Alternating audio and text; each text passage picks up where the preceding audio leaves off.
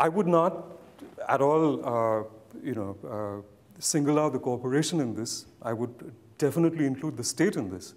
And the great irony of it in countries like India, and I'm saying countries like India because unfortunately in South Asia and in the region and globally, the record of what in the cliche phrase of the business politics nexus is unfortunately true. The state is absolutely liable.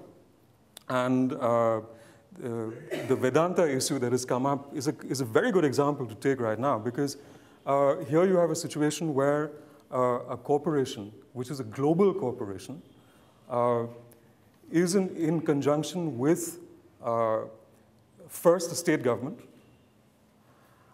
and secondarily the central government. Please, I would urge you to remember this, has gone ahead with this project and clearances for mining bauxite in Orissa. The liability is now coming to pass.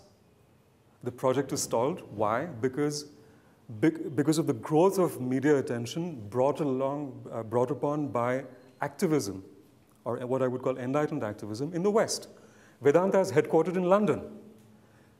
So you had, last year, this whole thing blew up when Bianca Jagger, who was a well-known activist, and Arundhati Roy, writer, activist, showed up with the tribal people from the area in Lanjigar to London, outside of Vedanta Resources PLC headquarters, and said, you bad boys, you bad people, bad company. In 2 months, you had 3 pension funds letting go of Vedanta stock. Vedanta value dropped, I think, over 10% in a matter of days. That's a huge climb down. It is easier to make a corporation accountable through these gestures of activism, even financial liability, because increasingly a global corporation like Nike got a lot of bad press because of the sweatshops in Southeast Asia some years ago.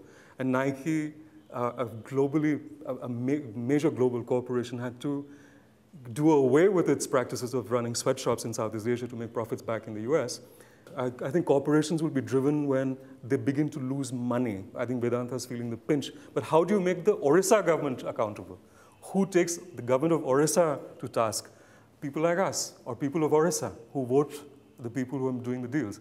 Now, that's a larger issue, really, and I think that it devolves to all of us, and I think all of us are liable. I think we need more voices, and I think as much as effective law, you think you need people taking people to court, to task, to implement that law if those who are responsible to implement that law are not doing so.